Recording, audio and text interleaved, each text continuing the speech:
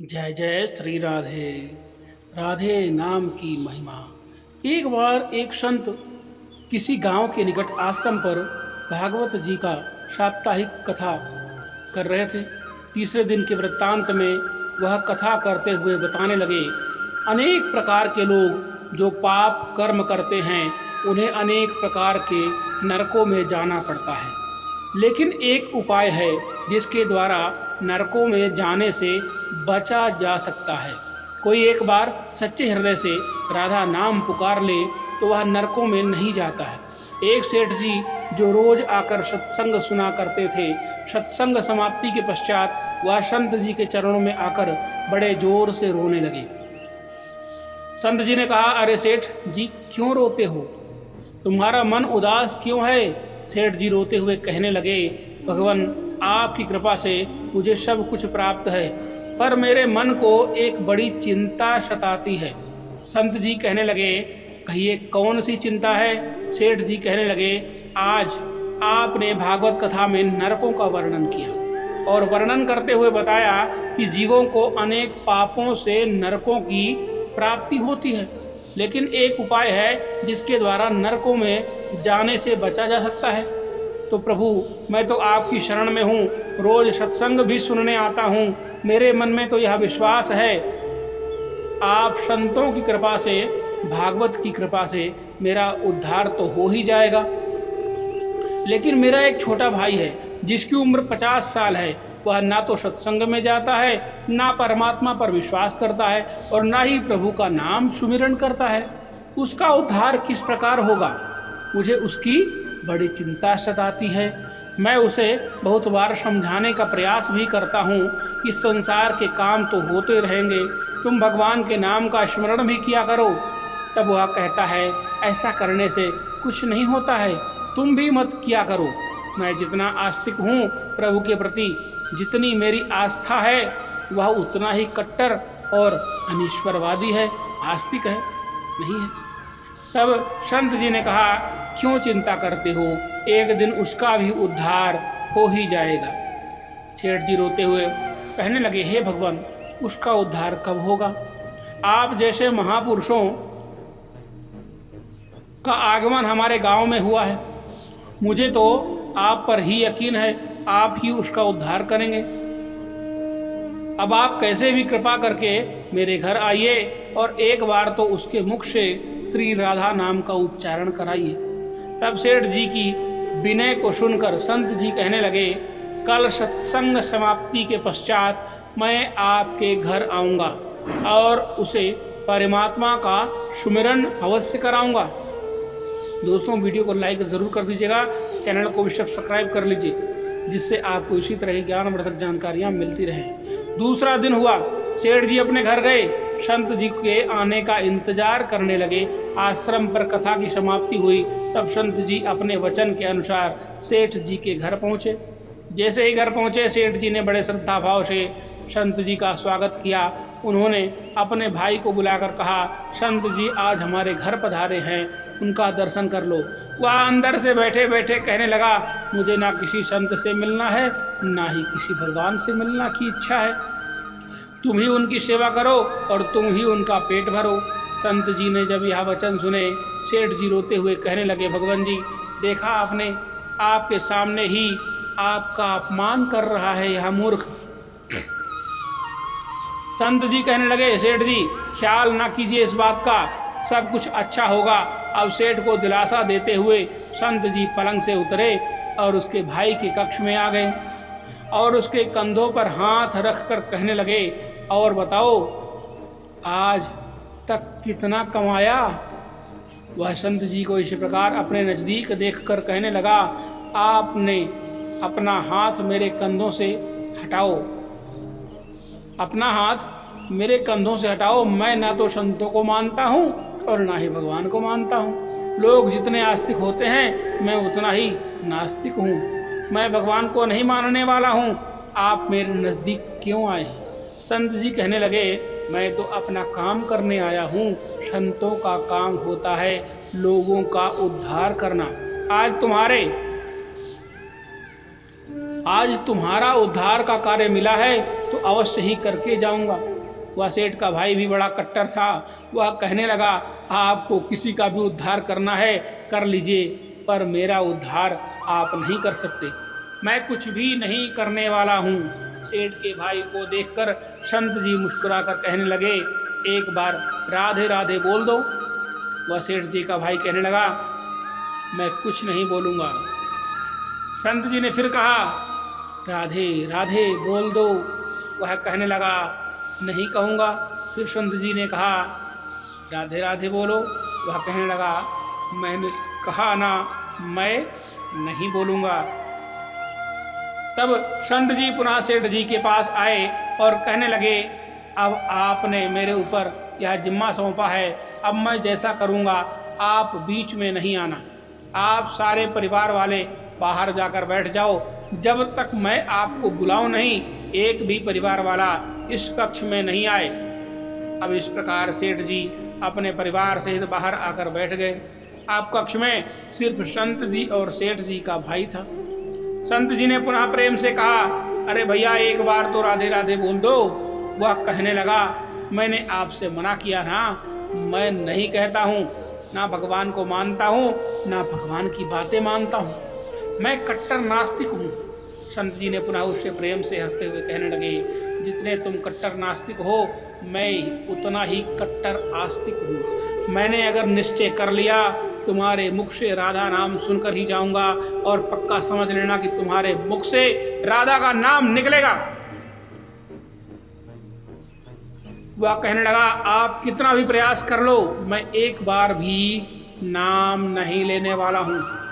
अब संत महापुरुष होते तो बड़े दयालु हैं, पर लीला मात्र उन्होंने क्या किया, उस सेठ के भाई का हाथ पकड़ा और हाथ पकड़कर जोर से घुमाने लगे।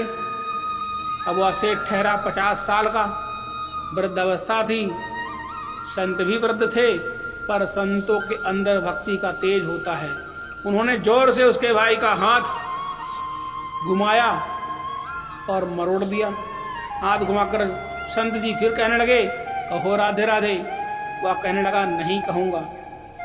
अब तो संत जी ने जोर से हाथ घुमाकर सेठ के भाई को जमीन पर पटक दिया और खुद उसके पेट पर चढ़कर बैठ गए।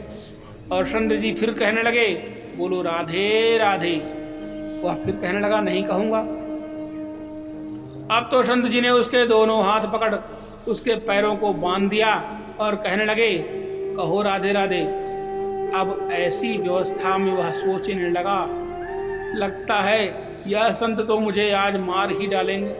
तब उसने बिना इच्छा के एक बार ऐसे ही कह दिया, राधे राधे। जैसे ही उसने राधे राधे कहा, संत जी ने उसके हाथ पैर खोल दिए, उसके बंधनों को छोड़कर बाहर आकर कहने लगे, सेठ जी आपका कल्याण हो गया, आपके भाई का भी कल्याण हो गया। सेठ जी कहने लगे, अंदर से तो बहुत तेज आवाजें आ रही थी। तब संत जी कहने लगे, आपने काम ही ऐसा दिया था।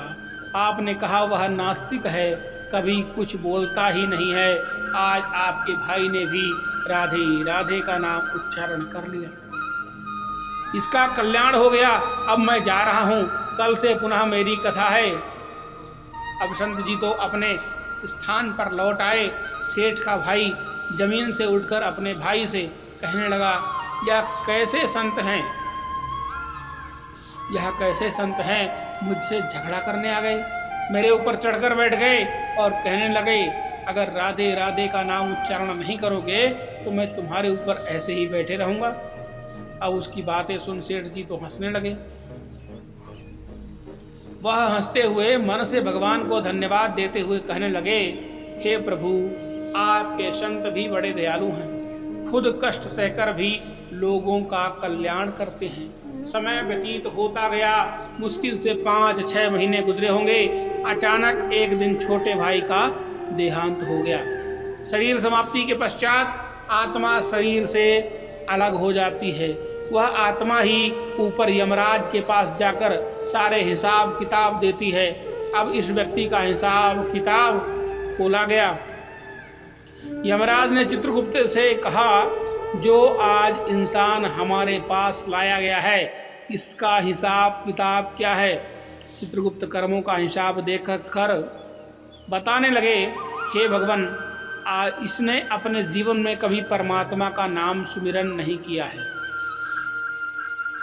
सदा ही पाप कर्म किए हैं, इसे तो सीधे नर्क भेज दिया जाए। अब यमराज के आदेश के अनुसार जैसे ही उसे नर्क भेजा जा रहा था, तभी चित्रगुप्त ने कहा, भगवान एक बात और है। यमराज जी ने कहा, कौन सी बात है? चित्रगुप्त ने कहा, भगवान, एक बार संतों के कहने पर इसने राधे नाम का उच्चारण किया था। अब एक बार राधा नाम का उच्चारण यमराज ने दूतों से कहा, थोड़ी देर रुक जाइए, इसका हिसाब किया जाएगा, इसके बाद ही इसे नरक में भेजा जाएगा। यमराज ने पुनः चित्रगुप्त से कहा, जल्दी से इसका हिसाब किताब देखो और कहीं इसने परमात्मा का नाम उच्चारण तो नहीं किया है। चित्रगुप्त ने फिर से पुनः सारा हिसाब देखा और देखकर कहने लगे, भगवान, इसने एक बार जो नाम उच्चारण किया है वह संतों के भय से किया था, दिल से भी नहीं किया था, पर एक बार राधा नाम का उच्चारण तो किया है। जीवन पाप में है, अब क्या किया जाए? तब यमराज ने उसी इंसान से पूछा, एक बात बताओ, हम तुम्हें पहले राधा नाम उच्चारण का फल दें या तुम्हें नरकों में भेज दिया जाए? तब वह भक्त हाथ जोड़कर कहने लगा, भगवान, नरक में तो जाना ही है, इससे अच्छा है आप मुझे एक बार राधा नाम उच्चारण का फल दे दें, फिर मुझे चाहे जहां भेज देना। अभी यमराज जी अपनी पुस्तक खोल कर देखने लगे कि एक बार राधा नाम उच्चारण का फल क्या है। उन्होंने सारी पुस्तकें खोल दी, पर उन्हें कहीं फल दिखाई नहीं दिया। तब वह विचार करने लगे, एक बार राधा नाम उच्चारण का फल तो मुझे भी पता ही नहीं है। तब वह अपनी शंका के निवारण को दूर करने के लिए उस भक्त को अपने साथ लेकर स्वर्गलोक में आ गए। स्वर्ग में आकर यमराज ने इंद्रदेव से कहा, हे इंद्रदेव, मुझे बताइए, एक बार राधा नाम उच्चारण करने का क्या फल मिलता है? तब इंद्रदेव ने बहुत प्रयास किए, पर उन्हें भी इसके फल का पता नहीं चला। तब वह सब देवता मिलकर ब्रह्म देवता के पास गए। ब्रह्मदेव ने जब उन सबको देखा, तब ब्रह्मदेव ने उनसे पूछा, यह आपके साथ में इंसान कौन है? तब इंद्रदेव कहने लगे, भगवान, इसने एक बार राधा नाम का उच्चारण किया है, बाकी सारा जीवन इसने पाप कर्म किए हैं, हमें तो पता नहीं राधा नाम उच्चारण का फल क्या है, इसलिए हम आपके पास आए हैं। तब ब्रह्मा जी ने भी बड़ा प्रयास किया, राधा नाम उच्चारण का फल क्या है, अब उन्हें भी पता नहीं चला। बोलो वृंदावन बिहारी लाल की जय। तब वह ब्रह्मदेव कहने लगे, हम सब मिलकर इसे अपने साथ लेकर भगवान शंकर जी के पास चलते हैं। तब वह भगवान शंकर जी के पास पहुंचे। भगवान शंकर जी से प्रार्थना कर कहने लगे, हे महादेव, इस इंसान ने सारा जीवन पाप कर्म किया है, बस एक बार संतों के कहने पर राधे नाम का उच्चारण किया है। अब आप ही बताइए, एक बार राधा नाम उच्चारण का क्या फल मिलता है? तब महादेव जी ने बड़ा प्रयास किया, पर वह भी राधा नाम की महिमा को बता नहीं सके। तब शंकर जी कहने लगे, अब हमें भगवान श्री कृष्ण के पास चलना पड़ेगा, क्योंकि वही राधा तत्व को जानते हैं। ऐसा सोचकर सब देवी देवता भगवान शंकर के साथ मिलकर उस इंसान की आत्मा को लेकर भगवान श्री कृष्ण के दरबार गोलोक धाम में पहुंचे। गोलोक धाम में भगवान श्री कृष्ण राधा जी के साथ अपने आसन पर विराजमान थे। भगवान श्री कृष्ण ने सब देवी देवताओं का सम्मान किया और उनसे पूछा, आज अचानक से आने का कारण क्या है? तब भगवान शंकर हाथ जोड़कर कहने लगे, हे प्रभु, हे भगवान, यह इंसान, इसे धरती से लाया गया है, इसने अपने जीवन में अनेक पाप किए हैं, पर एक बार राधा नाम का उच्चारण किया है। यमराज जी को भी पता नहीं कि राधा नाम उच्चारण का फल क्या मिलता है। तब वह इसकी जानकारी लेने के लिए इसके साथ इंद्र जी के पास स्वर्ग में आए। फिर स्वर्ग से होते हुए ब्रह्मलोक गए। फिर ब्रह्मलोक से होते हुए मेरे पास पहुँचे। अब मैं इन सबको अपने साथ लेकर के आपके पास आया हूँ। अब आप ही बताइए, एक बार राधा नाम उच्चारण का क्या फल हो सकता है। जब इस प्रकार की बातें चल रही थी, तब श्री कृष्ण के पास बैठी राधा रानी बड़े जोर से हंसने लगी। तब श्री कृष्ण ने कहा, हे राधिके, क्यों हंसती हो?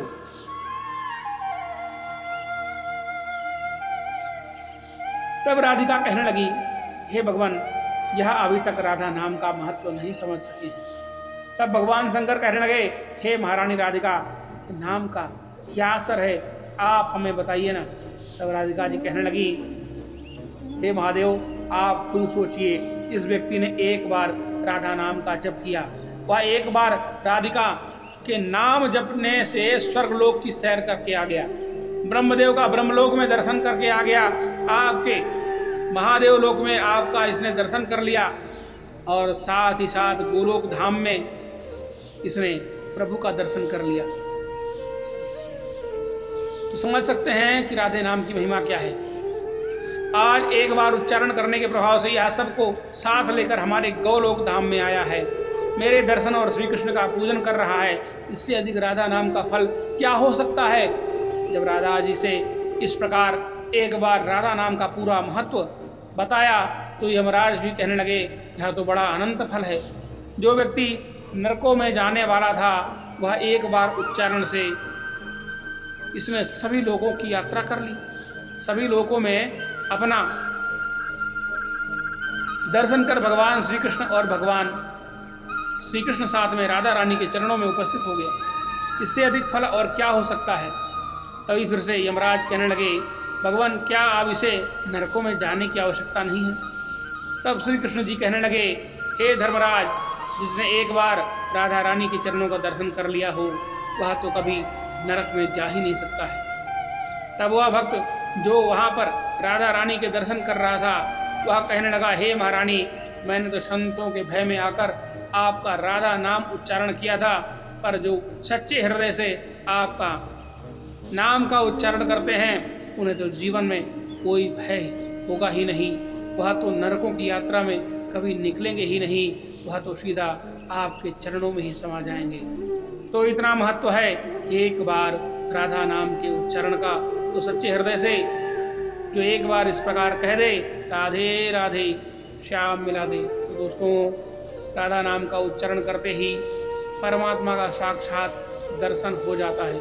दोस्तों, वीडियो को लाइक करके चैनल को सब्सक्राइब कर लीजिए और कमेंट बॉक्स में जय श्री राधे ज़रूर लिखिएगा। मिलते हैं एक नई वीडियो में एक नई जानकारी के साथ। तब तक के लिए धन्यवाद। जय जय श्री राधे।